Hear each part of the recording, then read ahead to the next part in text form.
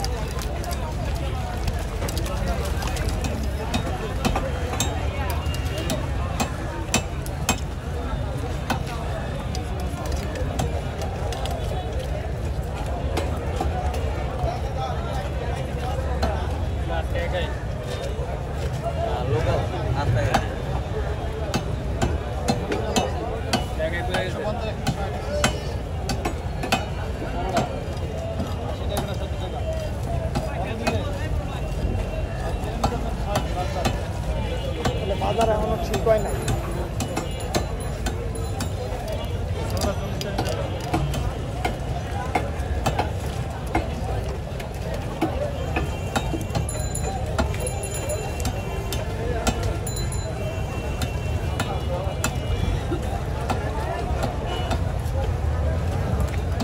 ছবি দেখি না, খালি মাছটা।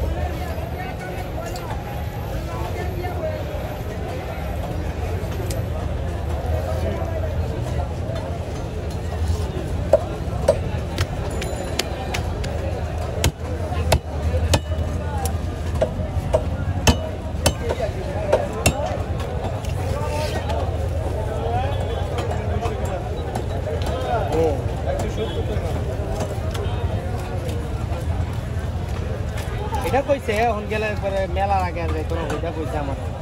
কিন্তু যাই হোক, আল্লাহ হায়াত মতো আল্লাহর কাছে। আর এলো অসুস্থতা, এই বাইক নিয়ে তো যতদিন ডাকছে আমার আলহামদুলিল্লাহ অসুস্থ হয় না, বুঝলি।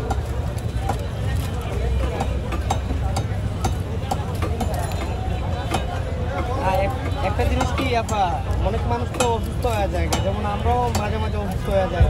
আলহামদুলিল্লাহ বাইক নিয়ে আমার ধরে 6-7 মাস আটকানা ছিল, কোনোদিন অসুস্থ হয় না। এটা আল্লাহ যাতে অসুস্থ না দেয়, ভালো থাকে। আর একটা কথা হলো, ওই বাইকের টাকাটা আমি অন্য বাইকের বুঝে বলছি, বুঝলি। টাকার বিষয় এটা, বাইকটারে আমি আপনারা আমি আলাদা আলাদা সাথে সাথে দিয়ে দিই, বা 10 দিন পর দিয়ে দিবনি। কিন্তু বাইকনারে ডেলি 50 টাকা বা 20 টাকা খরচ হতে লাগবে, বুঝলি। আচ্ছা, আমি বেতন হাইস্ট বেতন দিই সবার, আপনার পোলারে যে গেলে পাইবেন। অন্য অন্য দোকান থেকে আমি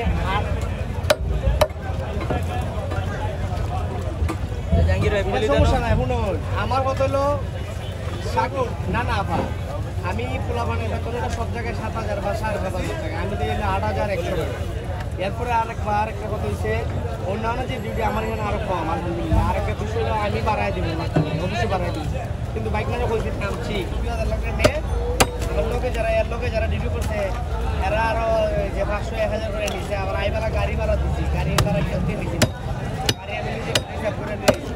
তো এখন কত হয়েছে যাইবার সময় কেউ রেখে রাখছি না, কিছু লয়ে যাও যার যার কিছু লয়ে যাও, লাগলে আরো 1000 বেশি করে নেবো নিয়ে খরচা করে পারি। তো বাইক না কইছে না লাগবো না মনে বুঝলি।